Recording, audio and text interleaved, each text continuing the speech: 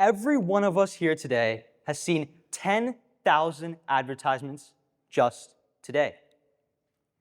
From every pixel on your phone screen, every inch of free wall space, and every billboard is free real estate. So let's take time for a quick ad break. This is a revolutionary weight loss pill. Those on the pill can lose weight like it's nothing. Whatever you eat doesn't matter. Pizza, ice cream, boom, the weight is gone. No dieting, no exercise, just weight loss magic. Sounds too good to be true, right? Well, yeah, that's because it is. I made this ad up. However, there are many very real ads that are falsely advertising as such. The Federal Trade Commission, or FTC, says that false advertising is when a marketer tries to mislead by presenting false claims or using manipulative and deceptive measures. Not only is this harmful to us customers, this is also harmful to ethical competitors that are just trying to put out ethical ads. According to the Journal of Business Ethics, deception is when a marketer tries to market in a way that presents false claims, omits important information, or misrepresents facts. Manipulation is when they try to inhibit our decision-making by preying on our vulnerabilities, insecurities, and fear.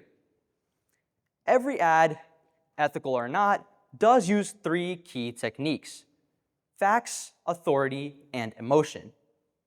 So today, let's investigate the lies and half-truths behind each of three techniques and explore an ethical solution. Facts. Scientific studies, experiments, research papers, generally, they seem pretty credible. After all, facts can't lie, right? However, in 2017, Enchroma, a company aimed to cure colorblindness, thought differently. They claimed their glasses could help the colorblind see and experience color in all its hues, with the evidence to back it up. This is one of their main sources. On the surface, it looks great. Great solid results and great design. However, if we do a little bit of scrolling, we can see that Kenneth Knobloch, a main author at Enchroma, is a shareholder at Enchroma. A key author in a key study can benefit from skewed results. This is a crazy conflict of interest. Now, there's got to be other studies that support Enchroma, right? Unfortunately, that's not the case. The majority of research in optometry suggests that Enchroma's glasses can only increase color discrimination or contrast in the colorblind, not allow them to see new colors. Enchroma overpromised and underdelivered on their glasses, though their deceptive marketing was pretty good, presenting false claims, omitting important information, and misrepresenting facts. Authority can also be used as a tool to falsely advertise. That's really bad, because it only takes a little bit of authority to force actions. As a 1961 Stanley Milgram psychology experiment showcased, all it took for participants to think they were administering shocks to other people was a guy in a white lab coat. That's it. When this type of authority is used in advertising, the results can be shocking. Buzzwords and testimonials. Those are two main ways that our authority is being falsely produced. Buzzwords like sustainable and eco-friendly, or get this, sustainably eco-friendly, have been buzzing in popularity as we become more and more environmentally conscious.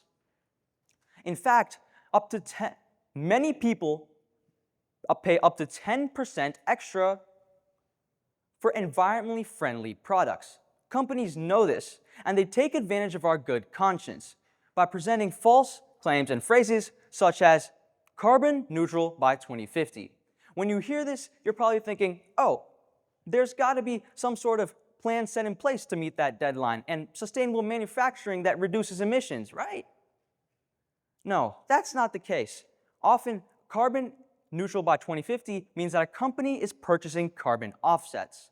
A carbon offset is nothing but an entity that pollutes a lot, paying an entity that pollutes less to pollute less. That is troublesome because our hard-earned money that we put into these products goes to waste. The environment doesn't get any better, but a company can claim they're green and give us a false sense of authority. But what has more authority than a person? A person's words. That's why advertisers spend $2 to $3 billion on testimonials and celebrity endorsements every year. For good reason, too. It's shown in a University of Pennsylvania study that when celebrity endorsements are in place, our eyes are glued to the screen and glued to the celebrity, but less at the product. Interestingly, when we're looking at non-celebrity endorsements, our eyes are glued to the product and less on the person. This tells us two things. First, not everyone is trying to buy The Rock's hair care products. And second, even if they do, they don't care about the amount of money the celebrity is getting. Also, when we hear an advert from someone giving a testimonial, an ordinary person like us, it makes us feel relatable and trustworthy. It feels like a real person is giving us real advice. But before we swipe our cards, it's important to note that the FTC states testimonials are not substantiation. That's because a person who just gives a testimonial is more likely to be fond of the product. And that person isn't representative of all customers. But nothing quite plays with our feelings like an emotional ad. A soldier coming back from tour to meet his family and friends, only to realize that's a Budweiser commercial. A single mom struggling to raise her kids, then a McDonald's logo pops up. Believe it or not, those are two very real ads, one in the Super Bowl and the other aired in Britain.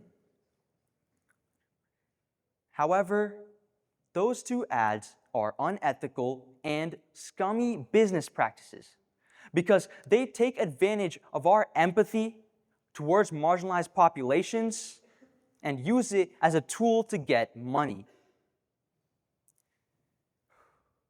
But perhaps the best time we can see this type of practices is during election time. A 2008 ad says and compares the opposing candidate to house intruders, saying that it's 3 a.m. and your children are safe and asleep. But there's a phone ringing at the White House, and somebody has to pick it up. Who you vote for determines who picks up. In less than 30 seconds, that ad is driving fear into the American voter just to get a vote. Now, I'm not telling you all this just so you can tear down any piece of marketing that you see. No. Ethical, honest, and transparent marketing is good. It helps bring great products to more people. It's only when facts, authority, and emotion are manipulated that we should worry.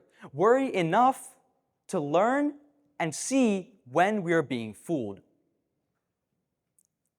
And to do that, I have a checklist, a false marketing checklist. We only need to ask ourselves 4 questions. 1, are there false claims? 2, are we seeing something that's inciting strong emotion? 3, are these facts being misrepresented? And 4, is important information missing? Now, is this checklist going to get the FTC to tighten up regulation? No, it's not. But what it is going to do is increase our awareness. With that awareness, we can put our money towards ethical advertising and change advertising for the better. And maybe we can escape the deception we face on a daily. Thank you.